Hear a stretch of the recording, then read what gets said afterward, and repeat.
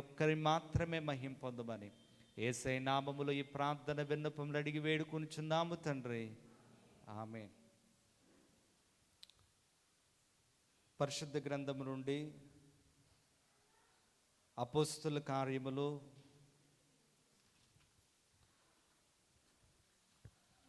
20వ అధ్యాయం. దాదాపు అపోస్తుల కార్యములు 8 నెలలుగా మనం ధ్యానిస్తున్నాం, ఇంకా పూర్తి అవ్వలేదు. దేవుడు అనేక సంగతులు అపోస్తుల కార్యము నుండి దేవుడు మనతో మాట్లాడుతూ వస్తూ ఉన్నారు. గతించిన వారం మనం కొన్ని విషయాలు మనం నేర్చుకున్నాం. ఈ దినాన్ని కూడా కొన్ని విషయాలు మనం నేర్చుకుందాం. వాతావరణం కొంచెం డల్గా ఉంది. గతించిన వారమే చెప్పాను, నిద్ర కోసం చర్చిలో మనం ఎలా ఉండాలో చెప్పాను, పడుకుంటే ఎక్కడ పడుకోవాలో చెప్పాను, ఏ విషయంలో పడుకోకూడదో కూడా చెప్పాను. ఒక యవనస్తుడు పడుకొని కిటికీలోంచి కింద పడిపోయిన సందర్భం మనం గతించిన వారం మనం నేర్చుకున్నాం.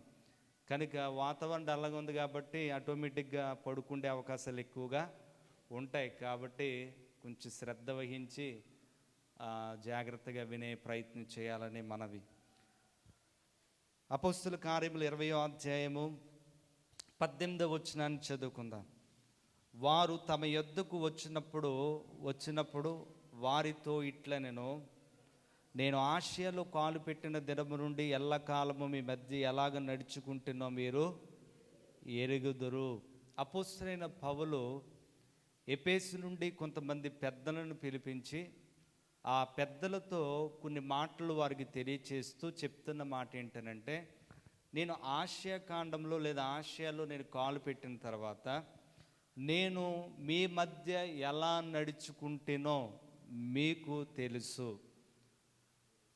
పౌలు గారిని మనం గమనించినప్పుడు పౌలు గారు ఒక చక్కటి మాదిరి కలిగిన జీవితాన్ని కలిగిన వాడు. అపోస్తలుడైన పౌలు తన జీవితాన్ని మనం చూసినప్పుడు ఒక మోడల్గా, ఎగ్జాంపులరీగా, మోడల్గా మనకు కనిపిస్తారు ఆయన. ఈరోజు మనం గమనించగలిగితే ఆయన ఎట్టి మాదిరిగా తాను జీవించాడో, తాను ఆ ప్రదేశాన్ని విడిచిపెట్టి వేరొక ప్రాంతానికి వెళుతూ ఉన్నప్పుడు అతడు చెప్తున్న మాట ఏంటో తెలుసా? మీరు కూడా ఇట్టి మాదిరి కలిగి ఉండాలి. ఎవరికి చెప్తున్నాడు ఆయన? ఎఫెసు నుండి పిలిచిన పెద్దలకు చెప్తున్న సమాచారం, విధానం, విషయం. ఇప్పుడు మనకు కూడా ఆలోచన చేయగలిగితే కేవలం మాదిరి కలిగి జీవించడం అనేది కేవలం సేవకులే కాదు, కేవలం పెద్దలే కాదు, కేవలం వారే కాదు, కానీ ప్రతి క్రైస్తవుడు, one who is following Christ, క్రీస్తుని అనుసరిస్తున్న ప్రతి వ్యక్తి కూడా వారికి ఉండవలసిన విషయం ఏంటంటే, మనము క్రీస్తు కలిగిన మనసు, క్రీస్తు కలిగిన ఆ జీవితం మనకు కలిగి ఉండేటకు, మాదిరి కలిగి ఉండేటకు మనం ఏం చేయాలి? మనం ఎప్పుడు ప్రయాసపడాలి. చూడండి, నేను ఎలా జీవించానో మీకు తెలుసు. దాదాపు 3 సంవత్సరాలు ఎఫెసు పట్టణంలో అపోస్తలుడైన పౌలు వారితో జీవించాడు, వారితో ఉన్నాడు, వారితో మాట్లాడుతూ వచ్చారు, బోధిస్తూ వచ్చారు, కష్టపడుతూ వచ్చారు. ఇవన్నీ కూడా చివరికి ఆ ప్రాంతాన్ని విడిచి వెళ్ళిపోతున్నప్పుడు, చూడండి, దీన్ని ఏమంటాం? ఫేర్వెల్ అంటాం. అవునండి, ఫేర్వెల్ తెలుసు కదా. స్కూల్లో ఇప్పుడు 10th క్లాస్ అయిపోయిన వాళ్ళు బయటకు వచ్చేస్తున్నప్పుడు వీడ్కోళ్ళు పార్టీ ఒకటి జరుగుతుంది అనమాట. అలాంటిదే అపోస్తలుడైన పౌలు ఎఫెసు పట్టణం నుండి అక్కడి నుంచి వేరే ప్రాంతానికి యెరూషలేము వెళ్ళడానికి ఆసక్తి కలిగి ఉంటున్న సందర్భంలో 3 సంవత్సరాలు వారి దగ్గరుండి వారికి చెప్తున్న మాట ఏంటో తెలుసా? నేను మీ యొద్ద నుండి వెళుతున్నాను, అయితే నేను ఎలాగైతే మాదిరి కలిగి జీవించానో మీరు కూడా అట్టి మాదిరి కలిగి జీవించండి. పౌలు ఎవరిని మాదిరి పెట్టుకున్నాడు? పౌలు ఎవరిని ఒక మాదిరిగా ఆయన ఉంచుకున్నాడు? ఒక మాటలో చెప్పాలంటే పౌలు గారికి హీరో ఎవరు అంటే ఎవరండి? యేసుక్రీస్తు వారు. యేసుక్రీస్తు వారిని ఒక మాదిరిగా ఉంచుకున్నాడు ఆయన. ఈరోజు మీరు చాలామంది పిల్లలు కానివ్వండి, కొంతమంది మాదిరిగా పెట్టుకుంటారు. కొంతమంది ఎవరు మాదిరిగా పెట్టుకుంటారంటే హీరోస్ని మాదిరిగా పెట్టుకుంటారు. కొంతమంది మాదిరిగా ఎవరిని పెట్టుకుంటారు? క్రికెటర్స్ని పెట్టుకుంటారు, కొంతమంది లేడీస్ అయితే హీరోయిన్ని పెట్టుకుంటారు, ఏంటంటే కొంతమంది స్పోర్ట్స్లో ఉన్న వారిని. ఇలా మాదిరిగా అంటే నేను ఎలా అవ్వాలి ఫ్యూచర్లో, నేను ఈ స్థాయికి రావాలి అని వారు ప్రతి ఒక్కరూ కూడా ఒక మాదిరి పెట్టుకుంటారు. అందుకే వారి స్టేటస్లు చూసినా, వారి ఫోన్లు చూసినా, వారి డీపీలు చూసినా వారి ఫొటోస్ కనిపిస్తూ ఉంటాయి. అంటే వారికి ఎవరంటే ఇష్టం? హీరో అంటేనో క్రికెటర్ అంటేనో వారికి ఇష్టం కాబట్టి వారు అలా మెయింటైన్ చేస్తారు. వారు ముందు వాళ్ళే కనిపిస్తారు. అవసరమైతే వారి కోసం అవతల సైడ్ నుంచి ₹1 రాకపోయినా వారి కోసం ప్రాణం పెట్టడానికి కూడా వెనకాడరు. ఏ హీరో కోసం ప్రాణం పెట్టేవాళ్ళు లేరా? ఏంటండి స్పోర్ట్స్ కోసం ప్రాణం పెట్టేవాళ్ళు లేరా? ఈరోజు మాదిరి ఎవరిని పెట్టుకోవాలి? ఈరోజు మాదిరిని అపోస్తలుడైన పౌలు ఎవరిని పెట్టుకున్నాడంటే మన ప్రభువైన యేసుక్రీస్తు వారిని. ఎందుకంటే ఆయనకు 100కు 100% మిస్టర్ పర్ఫెక్ట్.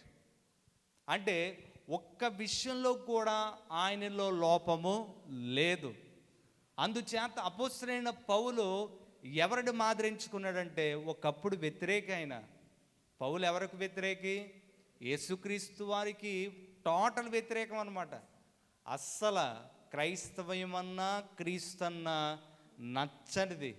అలాంటి వ్యక్తి ఇప్పుడు ప్రభునే ఒక హీరోగా పెట్టుకొని ఇప్పుడు ప్రభు బాటలో నడుస్తూ ఎక్కడికి వెళుతున్నా ఒక మాదిరిని కలిగి జీవిస్తున్న వ్యక్తి.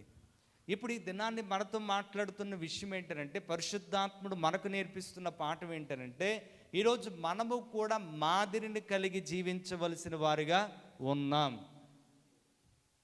నువ్వు చేస్తున్న పనిలో, నువ్వు చేస్తున్న ఉద్యోగంలో, లేకపోతే మనం చదువుతున్న చదువుల్లో, నేను చేస్తున్న ఈ పరిచర్యలో ఏం కావాలి మనకి? మాదిరికరమైన జీవితం. దాన్ని ఒక మాటలో చెప్పగలిగితే సాక్ష్యం. ఒక మంచి సాక్ష్యం, ఒక మంచి మాదిరిని కలిగి మనం బ్రతకడం చాలా ప్రాముఖ్యమైనది. ఎప్పుడు కూడా క్రీస్తుని అంగీకరిస్తున్న మనము ఒక మాదిరిగా ఉండవలసిన మనము అన్యుల చేత నీవు క్రైస్తవుడు కదా ఇలా కూడా ఉంటారా అనే మాదిరి మనకు ఉండకూడదు. నువ్వు క్రైస్తవుడు కదా ఇలా కూడా మాట్లాడతారా అనే మాదిరి మనకు ఉండకూడదు. నీవు క్రైస్తవుడు కదా అంటే ఏంటి? క్రైస్తవుడు అంటే ఏంటి? క్రీస్తుని వెంబడిస్తున్నవారు. నీవు క్రైస్తవుడు కదా ఇలా కూడా చేస్తారా అని మనల్ని అనకూడదు. అంటే ఆ భయం మనలో ఉండాలి.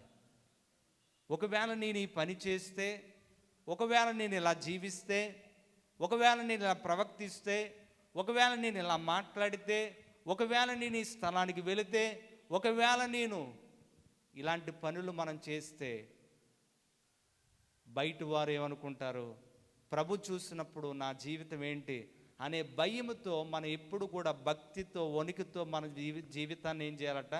మన విశ్వాసాన్ని కొనసాగించవలసిన అవసరత ఉంది. ఒకవేళ ఆ భయమే లేకపోతే, ఆ మాదిరి అనేది పక్కన పెడేసి, ఆ సాక్ష్యం అనేది పక్కన పెడేస్తే మనకి అన్యులకి పెద్ద తేడా ఉండదు. వారి వల్లే మనం మాట్లాడతాం, వారి వల్లే మనము తిరుగుతాం, వారి వల్లే మనం కూడా అన్ని పనులు చేస్తాం. అన్ని పనులు చేయడానికి, అందరిలా ఉండడానికి మనం ప్రత్యేకపరచుకోలేదు. మన మార్గం ఏ మార్గం ఇది? ఇరుకు మార్గం. ఇరుకు మార్గంలో మనము మాదిరి కలిగి బ్రతకవలసిన వారిగా మనము ఉన్నాం. హల్లెలూయా. కనుక మాదిరి అనేది మనకు చాలా ప్రాముఖ్యమైనది. ఏ విషయాల్లో ఆయన మాదిరి చూపిస్తూ వస్తున్నాడో వాక్యపులో మనం గమనించగలిగితే, ఆయన అనేక సందర్భాల్లో అనేక సంఘాలకు అపోస్తలుడైన పౌలు మరి పత్రిక మనం చూస్తున్నప్పుడు, అపోస్తలుల కార్యాలు చూస్తున్నప్పుడు కొరింథీకి వెళ్ళాడు, ఆయన తెస్సలోనికి వెళ్ళాడు, ఇంకా మనం గమనించగలిగితే ఫిలిప్పి పట్టణానికి, ఇలా ఎన్నో ప్రాంతాలకి వెళ్ళి వారికి సంఘానికి ఉత్తరాలు రాసి చెప్తున్న మాట ఏంటో తెలుసా? ఫిలిప్పీలు రాసిన పత్రిక 3వ అధ్యాయం 17వ వచనంలో, సహోదరులారా నన్ను పోలి ప్రవర్తించుడి, మేము మీకు ఆదర్శంగా ఉన్నాం. ఏమంటున్నాడు పౌలు గారు? సహోదరులారా, సంగమా, ఫాలో మీ, నన్ను వెంబడించండి. మనం అసలు వెంబడించవలసింది ఎవరిని? క్రీస్తుని. కానీ పౌలు ఏమంటున్నారు?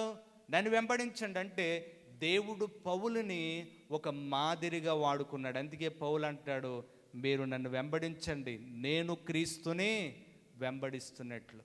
నేను క్రీస్తుని ఎలాగైతే వెంబడిస్తున్నానో సేమ్ మీరు కూడా అలా వెంబడించండి. అందుకే నన్ను మాదిరిగా మీరు పెట్టుకోండి.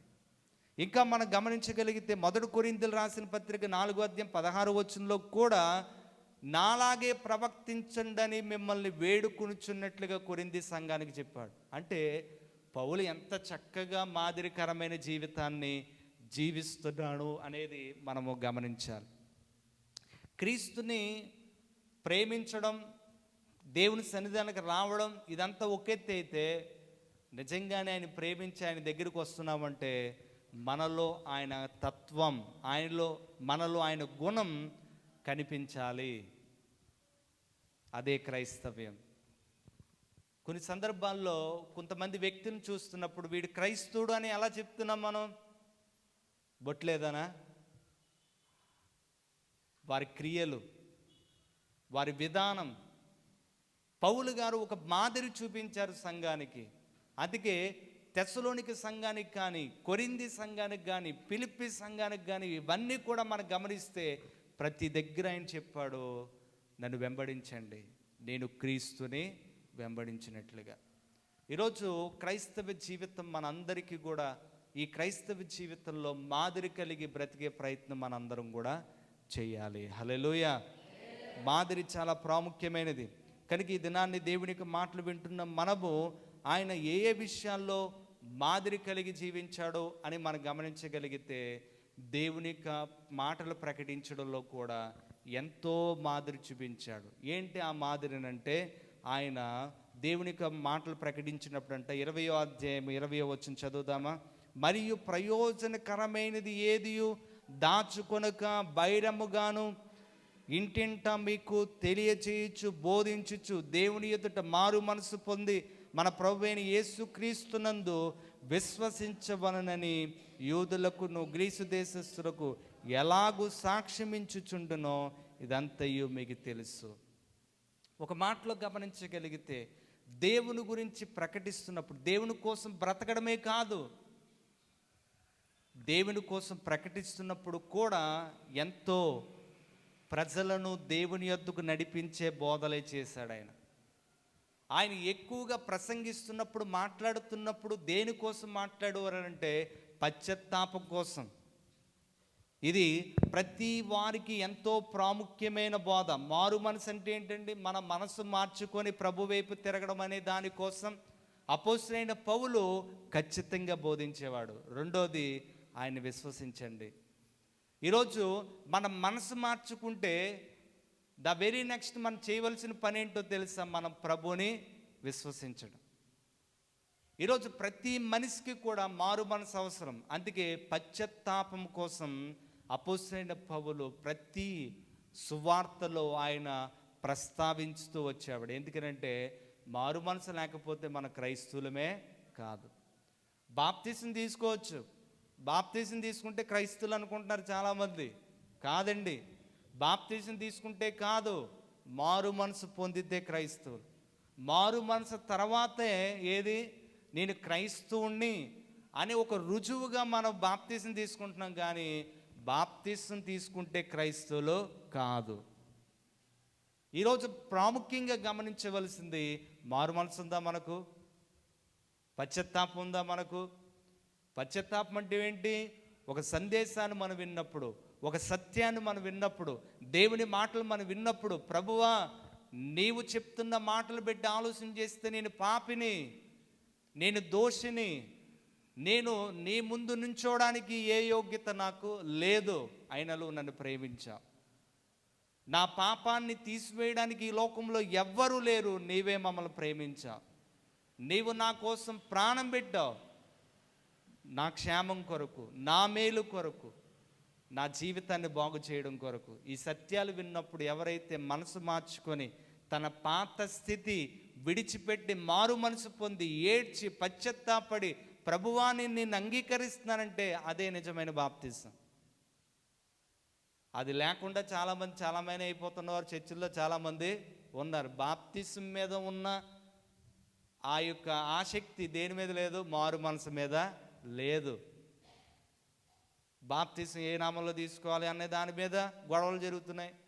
ఎలా తీసుకోవాలన్న టాపిక్లు జరిగిపోతున్నాయి. కానీ అసలు ముందు ఉండవలసిన మారు మనసు విషయంలో బోధరింగ్ అనేది ఎవరికి లేదు.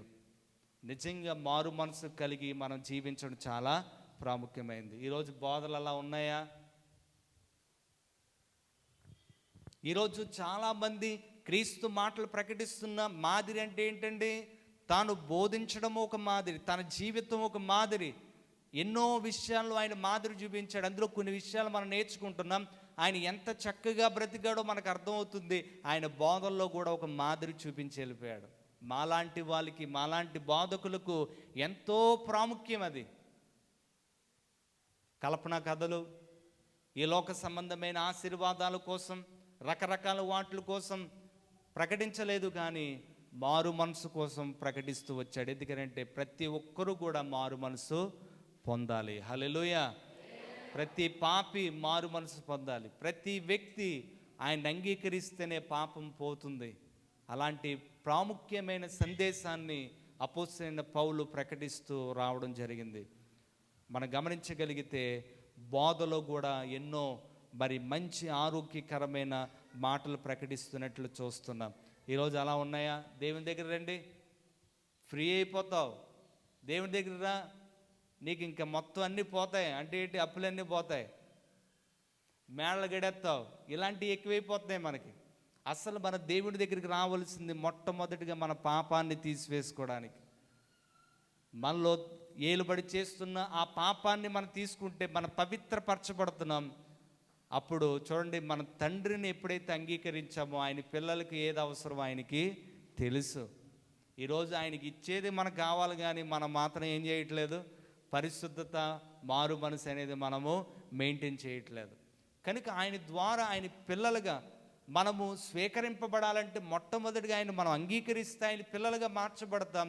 ఆ తర్వాత ఆయన పిల్లలకి ఏది అనుదినము ఏం కావాలో తెలుసు, ఏ సమయానికి ఏది ఇవ్వాలో తెలుసు, ఎలా మనల్ని పైకి లేపాలో తెలుసు, ఎలా మనల్ని వాడుకోవాలో తెలుసు. ఆయన బోధన అంటే మన క్రమంగా అన్ని విషయాల్లో ఎదుగుతూ వస్తూ ఉంటాం. కనుక ముందు తన పిల్లలుగా మనం మార్చబడాలంటే మనలో పాపం అనేది ఉండడానికి వీలు లేదు. హల్లెలూయా. సత్యాన్ని మనం అంగీకరించి ఆయన మన సొంత రక్షకుడిగా అంగీకరించడం ద్వారా తన పిల్లలుగా మార్చబడుతున్నాం. ఈరోజు అవసరాలకి ప్రభు దగ్గర కాదు, కానీ దేవుని కోసం వస్తే మన అవసరం ఆయనకి తెలుసు. మన అవసరం ఆయనకి తెలుసు. మీ జీవితాల్లో మీరు ఊహించలేనట్లుగా మీరు ప్రభు కోసం బ్రతికినప్పుడు దేవుడు తగిన సమయాల్లో దేవుడు మీ అవసరం ఎలా తీర్చాడో మీకు మైక్ ఇస్తే ఎన్నో చెప్పగలరు. నాకు ఇస్తే నేను ఎన్నో చెప్పగలను. ఎలా చెప్పగలుగుతున్నాం మనం? ఎలా చెప్తున్నాం మనం? కారణం ఏంటనంటే మనం దేవుణ్ణి అంగీకరించాం, దేవుని సొంత రక్షకుడిగా అంగీకరించాం. కనుక తన పిల్లలుగా మార్చబడ్డాం కాబట్టి మనకి ఏం అవసరం ఆయనకి తెలుసు. కనుక అవసరాలు, అన్యులు అవసరానికి దేవుని దగ్గరికి వెళ్తారు. ఒక క్రైస్తవుడు దేవుని కోసం దేవుని దగ్గరికి రావాలి. బయట వారు ఏదో మొక్కుకొని దేవుని దగ్గరికి వెళ్తారు. మన దేవుని దగ్గరికి వస్తే దేవుని కోసం రావాలి. మనం దేవుణ్ణి సంపాదించుకుంటే మనం లోకమంతా మన చేతిలోకి వచ్చినట్లే. లోకమంతా సంపాదించుకొని దేవుడు లేకపోతే అది ఏమన్నాడు దేవుడు వాక్యంలో చూస్తే? వ్యర్థము. బంగారం సంపాదించావు, ఉద్యోగం సంపాదించావు, అంతా బాగానే ఉంది, దేవుడు లేడు, అది వ్యర్థం అంటాడు వాక్యం. ధనవంతుడికి అన్నీ ఉన్నాయి, ఎవరు లేరు? దేవుడు లేడు. కానీ మనకు ప్రాముఖ్యంగా ఉండవలసింది ఎవరు? దేవుడు మనకు ఉండాలి, దేవుడిని కలిగి ఉండాలి. దేవుడిని కలిగి ఉంటే, దేవుణ్ణి అంగీకరిస్తే, ఆయన పిల్లలుగా మనం మార్చబడితే మనకు పోషించడం ఆయనకి బాగా తెలుసు. మనకి ఏ సమయంలో ఏ కార్యం చేయాలో ఆయనకి మనకంటే బాగా తెలుసు. అలాంటి అన్నీ తెలిసిన దేవుణ్ణి ఆరాధన చేస్తున్నాం. కనుక దేవుణ్ణి ప్రేమిద్దాం. అలాంటి ఒక మంచి ఉన్నతమైన బోధలను అపోస్తలుడైన పౌలు ప్రకటించాడు. ఒకవేళ మీరు ఇలాంటి బోధలు మనము వినలేకపోతున్నామంటే బహుశా ఈరోజు మనం గమనించగలిగితే వారు దేవుణ్ణి అడ్డు పెట్టుకొని రకరకాలుగా వారు బోధిస్తూ వారి జీవితాన్ని ముందుకు వెళుతున్నారనే సంగతి కూడా మనము గమనించవలసిన అవసరం ఉంది. హల్లెలూయా. మూడవది గమనించగలిగితే 20వ అధ్యాయం 23వ వచనం చదువుతాం. బంధకములను శ్రమలు నా కొరకు కాచుకొని ఉన్నవి, పరిశుద్ధాత్మ ప్రతి పట్టణములోనూ నాకు సాక్ష్యం ఇచ్చుచున్నాడని తెలియను. ఆయన చెప్తున్న మాట ఏంటో తెలుసా? బంధకములు శ్రమలు నా కొరకు కాచుకొని ఉన్నవి. మనం గమనించగలిగితే ఇప్పటి వరకు మనం ఏం చూస్తున్నామంటే, పౌలు ఒక మాదిరి కలిగి జీవించాడు, క్రీస్తుని వెంబడించి బ్రతికాడు. అలా బ్రతకడంలో చెప్పడమే కాదు, చెప్పినట్లుగా ఏం చేశాడట? బ్రతికి చూపిస్తూ ఉన్నాడు. అదే సమయంలో ఆయన చెప్తున్న మాట క్రైస్తువులు ప్రతి ఒక్కరూ కూడా ఈ పాయింట్ అనేది చాలా ప్రాముఖ్యమైనది. ఏంటంటే, శ్రమలు నా కోసం కాచుకొని ఉన్నవి అయినను. చూడండి, దేవుని యొక్క వాక్యాన్ని వింటున్నప్పుడు అపోస్తలుడైన పౌలు ఆ పట్టణాన్ని విడిచి ఎక్కడికి వెళ్ళాలనుకుంటున్నాడు? యెరూషలేం వెళ్ళాలని ఆశ. ఆ అధ్యాయం మీరు చదివితే మీకు అర్థమవుతుంది.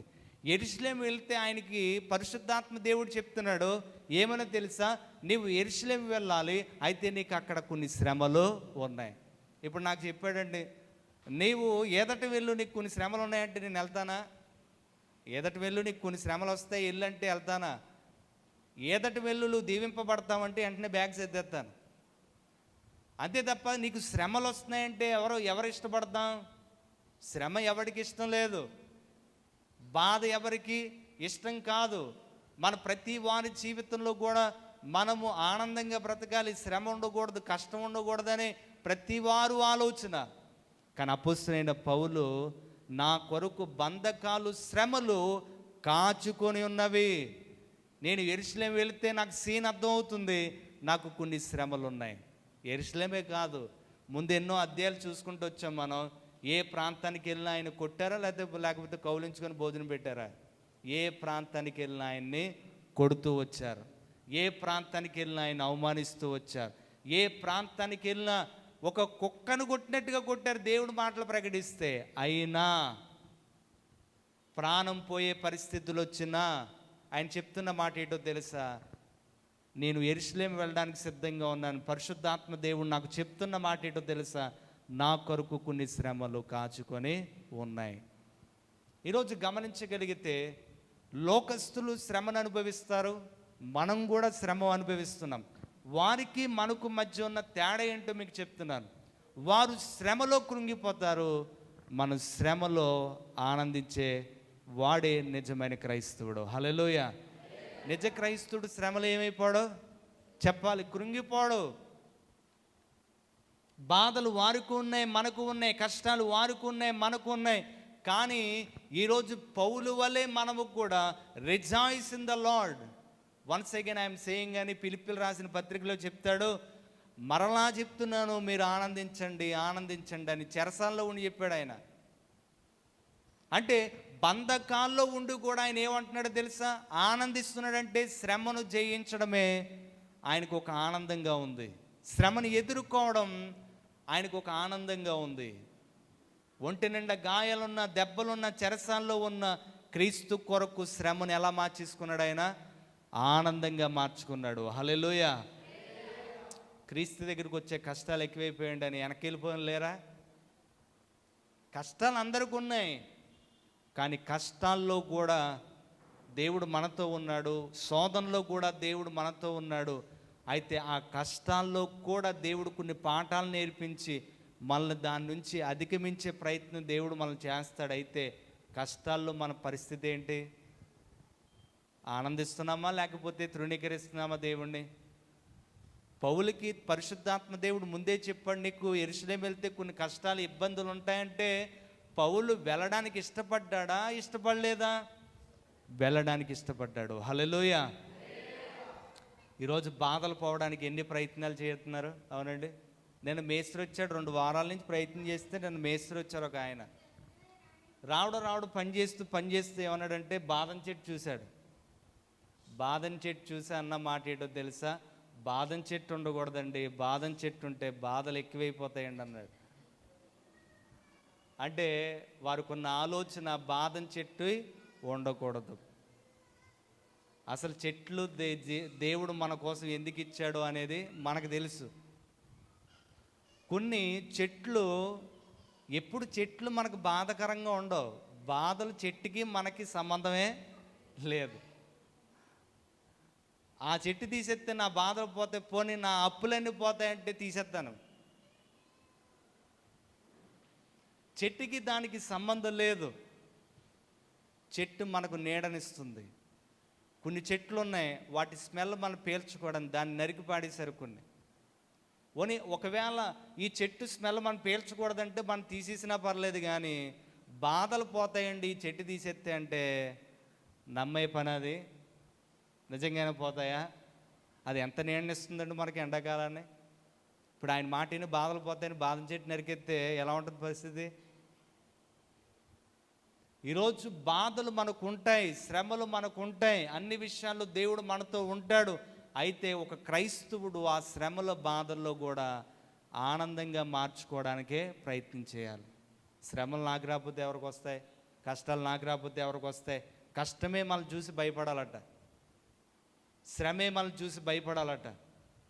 యోబుకి శ్రమ వస్తే శ్రమే భయపడి ఉంటుంది. ఎందుకని? శ్రమలో కూడా దేవుణ్ణి మహింపరిచాడు. హల్లెలూయా. బాధల్లో కూడా ప్రభుని స్తుతించాడు, దేవుని స్తుతించాడు. పిల్లలందరూ ఒకసారి చనిపోయి, ఆస్తి నష్టం అంతా జరిగిపోయి, ఇంకా తన శరీరం కూడా తనకు సహకరించలేని పరిస్థితుల్లో, తన భార్య కూడా ద్వేషించే పరిస్థితులు వెళ్ళిపోయినప్పుడు కూడా అంత బాధలో కూడా దేవుని మహింపరిచాడంటే బాధను ఎలా మార్చుకున్నాడు ఆయన? సంతోషంగా మార్చుకున్నాడు, ఆనందంగా మార్చుకున్నాడు. కనుక బాధల్లో, కష్టాల్లో వెనకడిగేసేవారుగా కాకుండా దాన్ని జయించే శక్తి నాకు ఇవ్వు ప్రభువా అని ప్రార్థన చేయాలి. హల్లెలూయా. బాధలు తీసేయమనకూడదు, బాధలు పోవు. బాధలు మనం ఉన్నంతకాలం బాధలు అలాగే ఉంటాయి. శ్రమలు మనం ఉన్నంతకాలం మనతో ట్రావెల్ చేస్తాయి, మనతో పాటు వస్తాయి. కానీ మనం ప్రార్థన చేస్తే ఏం చేయాలో తెలుసా? శోధన ఎదుర్కోవడానికి నాకు సహాయం దయచే ప్రభువా, శ్రమను జయించడానికి నాకు సహాయం దయచే ప్రభువా. ప్రార్థన ఎలా చేయాలి? తీసేయమని కాదు, తీసేస్తే తీసేడు ఆయన. ఇన్ని బాధలు పడుతున్న అపోస్తలుడైన పౌలు, ఆయనకైనా బాధ లేకుండా ఉన్నాయంటే అన్ని బాధలే. ఆయన తీసేమన్నాడా? ఓసారి తీయమన్నాడు. ప్రభువా నాకు ముళ్ళు అడ్డుగా ఉంది, తీసేయంటే నా కృప నీకు చాలన్నాడు. ఈరోజు మనం గమనించగలిగితే బాధలు, మనం మానవ జీవితం కలిగి ఉన్న మనందరికీ కొన్ని శ్రమలు, బాధలు గుండానే మనం ప్రయాణం చేస్తాం. అయితే దానిని మనము జయించాలంటే మనకు ప్రభు సహాయం మనకు అవసరం. కనుక పౌలు ఆయన యెరూషలేము వెళ్ళడానికి బాధలు ఎదుర్కొంటున్నప్పుడు, బాధలు ఉంటాయని తెలిసినప్పుడు కూడా యెరూషలేముకి వెళ్ళడానికి ఇష్టపడ్డాడంటే ఆయన శ్రమను, బాధలు ఎలా మార్చుకున్నాడు? మేలుకరంగా, ఆనందకరంగా దాన్ని మార్చుకున్నాడు. అలాంటి క్రైస్తవులు ఉంటే అసలు క్రైస్తవం ఎంత బాగుంటుందో అనిపిస్తుంది. అలాంటి వారిగా మనము మార్చబడదాం గాక. ఇంకా మనం గమనించగలిగితే అపోస్తలుడైన పౌలు మనకు గమనించగలిగితే ఒక మాదిరిని చూపిస్తున్నాడు. అంటే శ్రమలో ఒక మాదిరి. ఇంకా మనం గమనిస్తే ఒక వారం మనం గమనించాం, ఆయన కష్టపడడంలో కూడా ఆయన ఏంటంట? ఒక మాదిరి. నా చేతులతో నేను ఇదే అధ్యాయంలో మీకు చూపిస్తాను, ఒకసారి చూద్దామా? కష్టపడలో కూడా ఒక మాదిరి. 33, ఎవని వెండైనను బంగారమైనను వస్త్రములైన నేను ఆశింపలేదు, నా అవసర నిమిత్తము నాతో ఉన్న వారి నిమిత్తము ఈ నా చేతులు కష్టపడినవి మీకే తెలుసు. చూడండి, తన అవసరాల కోసం కూడా ఎక్కడ చేయి చాచలేదంట. అంటే తనకున్న అలవాటు ఏంటి? మాదిరి. అంటే ఏ విషయంలో మాదిరి అని చూస్తున్నాం? ఆయన బోధించడంలో మాదిరి, జీవించడం మాదిరి, శ్రమ అధిగమించడంలో, దాన్ని మేలుకరంగా మార్చుకోవడంలో ఒక మాదిరి, కష్టపడంలో కూడా మాదిరి. ఈరోజు కష్టపడే తత్వం ఆయనకుంది. ఆయన సువార్థికుడు. ఒక పట్టణం నుంచి ఒక పట్టణానికి వెళ్ళిపోతాడు. ఈరోజు నిజంగా సేవకుడు కూడా ఆదివారం వాకింగ్ చెప్పుకొని మిగతా టైంలో కష్టపడాలంటే నేను కూడా డ్యూటీలో దిగేద్దును. ఏంటండి, ఆదివారం ఫ్రెష్గా మీకు మాటలు చెప్పేద్దును. సేవకుడు వేరు, సువార్థికుడు వేరు. అపోస్తలుడైన పౌలు సువార్థికుడు కాబట్టి ఆయన ఏ పట్టణానికి వెళ్ళినా కష్టపడి. అంటే అపోస్తలుడైన పౌలు మనకు నేర్పిస్తున్న విషయం ఏంటంటే, మనము ఇక్కడ కూర్చున్న, మనము క్రీస్తుని అంగీకరిస్తున్న మనము ప్రతి ఒక్కరూ కష్టపడాలి. కష్టపడితే కానీ మన జీవితం ముందుకు వెళ్ళదు. ఒకవేళ ఈ మాట సోమరులకి బాధంగా అనిపించవచ్చు. చాలామంది ఈరోజు ఉన్నత చదువు చదివి ఈరోజు తల్లిదండ్రులకు భారంగా మారిపోయిన వాళ్ళు చాలామంది ఉన్నారు. ఇప్పటికీ స్టిల్ తల్లిదండ్రులు ఎవరిని చూడాలి? పిల్లల్ని చూడాలి. అందుకనే చదివించారు వాళ్ళు. ఈరోజు గమనించగలిగితే మనము ప్రతి వారు కూడా కష్టపడే తత్వాన్ని మనం కలిగి ఉండాలి. సుఖపడే తత్వాన్ని మనం కలిగి ఉంటే ఫ్యూచర్లో ఏమైపోతాం? ప్రాముఖ్యంగా యవనస్తులు ఇబ్బంది పడిపోతాం. మనం కష్టపడవలసిన టైంలో మనం ప్రతి ఒక్కరు కష్టపడాలి. ఆ కష్టమే ఏంటండి? కష్టపడి సంపాదించిన ధనమే మనకు క్షేమం. సైడ్ అంటే వచ్చేస్తుందండి. ఓ మాట అబద్ధం ఆడితే పడిపోతుందండి. ఒక్క మాట చెప్తే చాలండి నాకు లాభం మీద పడిపోద్దండి అని అంటే అది నీకు క్షేమము కాదు. ఒకవేళ నీ కంటి ముందు ఆ ధనం కనిపించవచ్చు, కానీ ధనానికి రెక్కలు ఉంటాయి, అన్యాయమైన సిరి నీ దగ్గర ఉండదు. ఒకవేళ ఆన్లైన్లో చూసి వాళ్ళు మంచిగా బిల్డింగ్ కట్టారు అబద్ధాలు ఆడేసి, వాళ్ళ నీళ్ళు చూసి మంచిగా బంగారం కొనుక్కున్నారు మోసం చేసి అని అనుకుంటే, కీర్తనలో ఒక కీర్తన చాలా చక్కగా రాశాడు. ఏటో తెలుసా? వారు కాలు జారి పరిస్థితుల్లో ఉన్నారట. ఎవరు? నువ్వు ఎవరిని చూసి అయితే కుళ్ళు పడిపోతారు కదా, కొంతమంది అసీ పడిపోతుంటారు కదా, వాళ్ళు ఎదిగిపోయారని వాళ్ళు ఏదో ట్రాక్లు ఉపయోగించి కష్టపడకుండా ఓ మాట లేకపోతే ఏదో టెక్నిక్లు ఉపయోగించి పైకి వచ్చేస్తూ ఉంటే చాలామంది ఈ రోజుల్లో నిజాయితీ పనిచేయదండి, అబద్ధం ఆడకపోతే ముందుకెళ్దండి అని చాలామంది రకరకాలుగా వెళ్ళిపోతే అది నీ వద్ద ఉండదు. కనుక మన కష్టపడిన ధనమే మనకు ఉపయోగపడుతుంది. మన కష్టపడిన ధనాన్ని దేవుడు ఆశీర్వదిస్తాడు. హల్లెలూయా. కనుక పౌలు దగ్గర నుంచి మనం నేర్చుకోవాల్సిన విషయం, కష్టపడే తత్వాన్ని ఆయన కలిగి ఉన్నట్లుగా మనం చూస్తాము. హల్లెలూయా. ఎన్నో విషయాల్లో ఆయన మనకు మాదిరిని చూపించాడు. ఈరోజు క్రైస్తవుడిగా మనము పిలబడుతున్న నీవు నేను మనమందరము కూడా అన్ని విషయాల్లో ఎక్కువగా మనం ఎక్కడ విఫలమైపోతున్నాం తెలుసా? ఏ విషయాల్లో వెనకబడిపోతున్నాం తెలుసా? శ్రమ విషయంలో మనం ఏమైపోతున్నాం? కష్టపడేవారు మన సన్నిధిలో ఉన్నారంటే 99% అందరూ కష్టపడే వాళ్ళే. కష్టపడే తత్వం మనకు ఉంది. ఈరోజు ప్రియులారా గమనించండి, మనం ఎందులో ఫెయిల్ అయిపోతున్నాం? దేవుని దగ్గరకు వస్తున్నాం, మాదిరి విషయంలో ఫెయిల్ అయిపోతున్నాం. క్రీస్తు కొరకు బ్రతకడంలో ఫెయిల్ అయిపోతున్నాం. ఈరోజు గమనించగలిగితే శ్రమ జయించడంలో విఫలమైపోతున్నాం. కనుక ఈ దినాన్ని శ్రమ జయించడానికి దేవుడు సహాయం చేయాలని మనం ఏం చేయాలి? ప్రార్థన చేస్తూ, కఠినమైన పరిస్థితులు మన జీవితాల్లో రాబోతూ ఉంటాయి. చూడండి, మంచి మార్గానికి వస్తే, ఇందాక మా అర్థం గారు చెప్పారు లక్ష్మి గారి కోసం, ఈ మంచి మార్గానికి వస్తే చాలామంది ఏమంటున్నారట? నువ్వు వెళ్ళిపోతున్నావు అందులోకి అని అంటారు ఆమెని. కానీ ఇది మంచి మార్గం, ఇది రుచి చూస్తే కానీ ఇందులో ఉన్న సంగతి తెలియదు.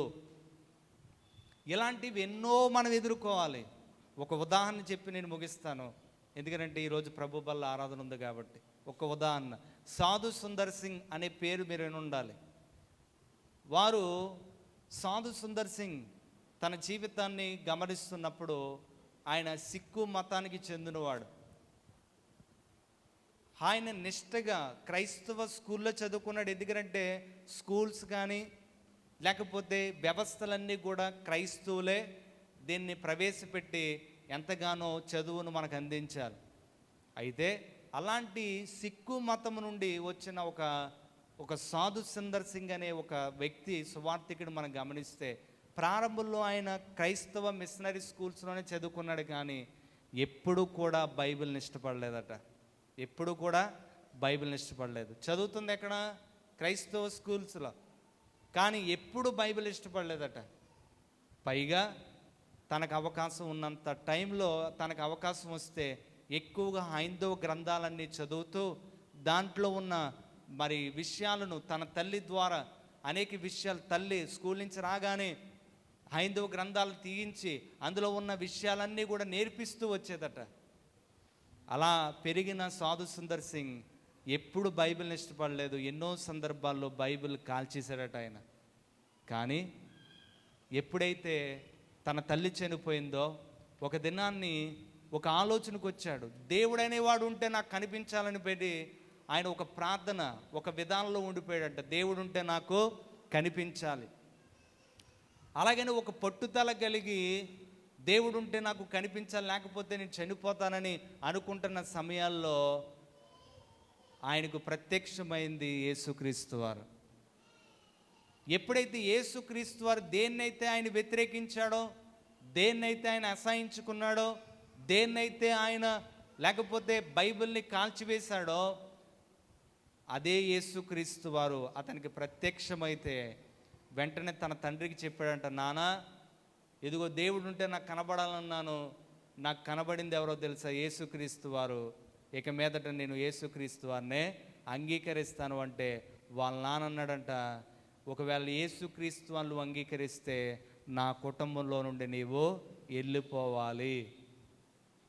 యేసుక్రీస్తు వాళ్ళు అంగీకరిస్తే నేను సంపాదించిన ఆస్తిలో ఏది నీకు ఒక చిల్లి గవ్వ కూడా నీకు రాదు అని ఎంత ప్రయత్నం తన తండ్రిగా తన కుమారుడు ఎట్టి పరిస్థితుల్లో క్రైస్తవంలోకి రాకూడదని సాధు సుందర్ సింగ్ తండ్రి ఎన్ని ప్రయత్నాలు చేశాడో, ఎన్ని ప్రయత్నాలు చేసినా సాధు సుందర్ సింగ్ మాత్రం నేను క్రీస్తునే ఆరాధన చేస్తానన్నాడు.